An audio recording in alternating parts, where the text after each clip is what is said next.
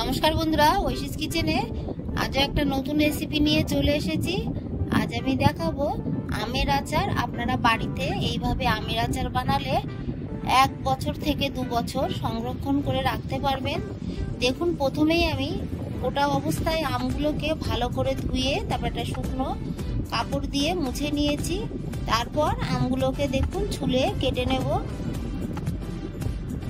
এই আমের আচারের আমি যে টিপসগুলো বলবো, আপনারা এইভাবে বানালে আপনারা 1 থেকে 2 বছর সংরক্ষণ করবেন, আমের আচার নষ্ট হবে না।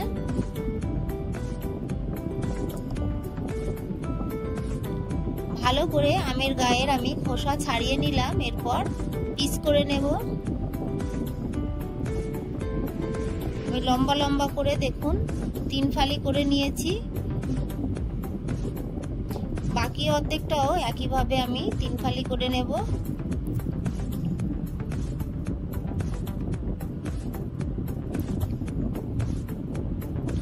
এইভাবে আপনারা বাড়িতে আমের আচার বানিয়ে সারা বছর রেখে দেবেন। আমার রেসিপিটি আপনাদের ভালো লাগলে আমার চ্যানেলটিকে সাবস্ক্রাইব করে পাশে থাকবেন। সব আমগুলো দেখুন আমি কেটে নিয়েছি। এই আমগুলো আর আমি ধোবো না, আমি গোটা অবস্থায় ধুয়ে নিয়েছি। আপনারাও ধোবেন না, আমে জল লাগলে আমটা ভালোভাবে শুকাবে না। অল্প লবণ হলুদ দিয়ে আমটাকে আমি ভালো করে মাখিয়ে নেব। দেখুন, সব আমের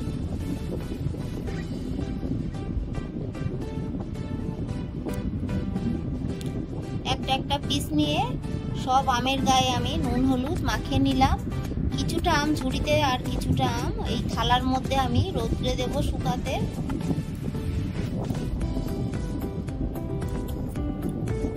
দেখুন, এইভাবে পাতিয়ে আমগুলোকে আমি রোদ্রে দেব। মাত্র একটা দিন রোদ্রে দিলে এই আমের আচার আপনারা সারা বছর রেখে খেতে পারবেন। দেখুন একদিনে আমটা কতটা শুকিয়েছে। এরপর গ্যাসে কড়া বসিয়ে দিলাম, কড়াটাকে গরম করে নেব। প্রথমেই আমি 2টো শুকনো লঙ্কা দিলাম, এরপর দিয়ে দেব গোটা ধনে, 1 টিস্পুন গোটা ধনে আমি দিলাম।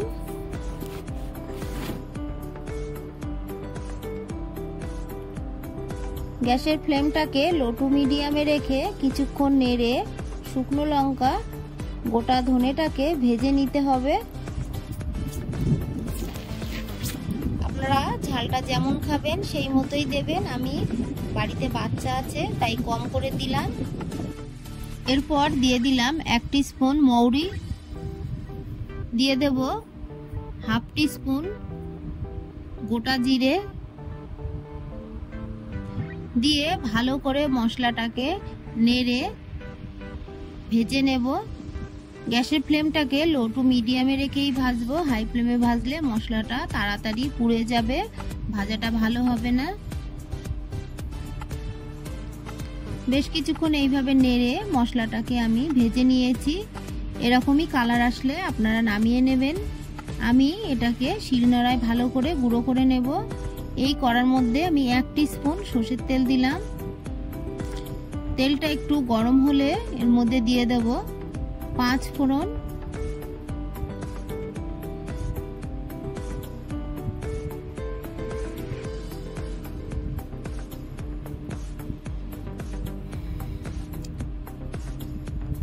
ফোড়নটা দেওয়ার পর দিয়ে দেব অর্ধেকটা শুকনো লঙ্কা। দেখুন, অর্ধেকটা শুকনো লঙ্কা দিয়েছি। ফোড়নটা ভাজা হলে আমগুলো দিয়ে দেব, দিয়ে বেশ কিছুক্ষণ এইভাবে নেড়ে নেব।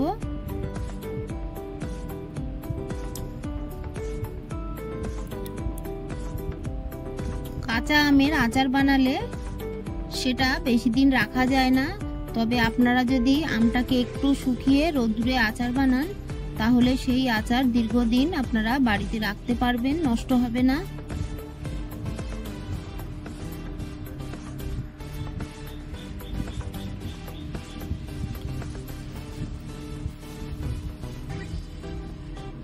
একটু আমটাকে আমি নেড়ে নিলাম। এরপর এর মধ্যে দিয়ে দেব আখের গুড়,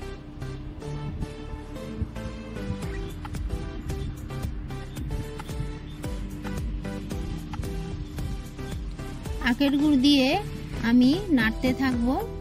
গ্যাসের ফ্লেমটাকে মিডিয়ামে দিয়েই আচারটা বানাবেন, তাহলে আমটা নরম হয়ে যাবে আর আচারটা ভালো হবে। দিয়ে দেব চিনি, স্বাদ অনুযায়ী মিষ্টি আমি দিলাম। আপনারা চাইলে শুধু চিনি বা শুধু আখের গুড় দিয়ে আচারটা বানাতে পারেন। আমি একটু আখের গুড় আর একটু চিনি দুটো মিশিয়েই দিলাম। একটু দিয়ে দিলাম লবণ। যে কোনো মিষ্টি রেসিপিতে একটু লবণ দেবেন, দেখবেন মিষ্টির স্বাদ দ্বিগুণ বেড়ে যায়। তবে লবণের পরিমাণটা খুবই কম দিতে হবে।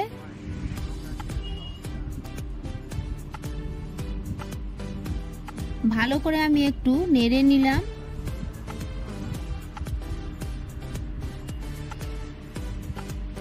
গ্যাসের ফ্লেমটাকে আমি লো করে দিয়ে ঢাকা দিয়ে কিছুক্ষণ রেখে দেব।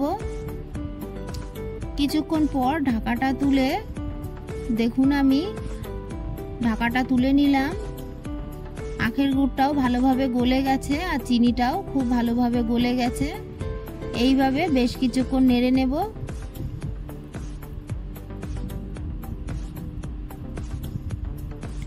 একটু চেখে দেখে নিলাম, সামান্য একটু লবণ লাগবে, তাই আরো একটু লবণ দিলাম। আমি যে ভাজা মশলাটা করেছিলাম প্রথমেই, সেটা গুঁড়ো আমি 1 টিস্পুন এখানে দিয়ে দেব। ভালো করে মিশিয়ে নেব। এই মশলাটা এই আচারে আপনারা অবশ্যই দেবেন। এই মশলাটা দিলে আচারের স্বাদ আপনারা না খেলে বুঝতে পারবেন না। একবার হলেও বাড়িতে এইভাবে আচার বানাবেন, দেখবেন কতটা ভালো লাগে।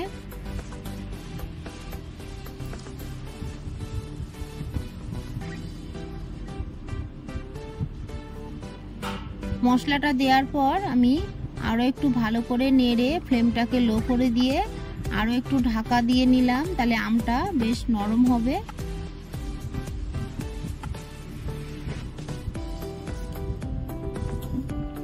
বেশ কিছুক্ষণ এইভাবে নেড়ে সবশেষে আমি আরো একটু ভাজা মশলা দিলাম, দিয়ে মিশিয়ে নিয়ে ফ্লেমটাকে আমি অফ করে দেব। শেষে এই মশলাটা দিয়ে আর বেশিক্ষণ আমি আচারটাকে বানাবো না। দেখুন আমগুলোও সব সিদ্ধ হয়ে গেছে। ফ্লেমটাকে আমি অফ করে দেব।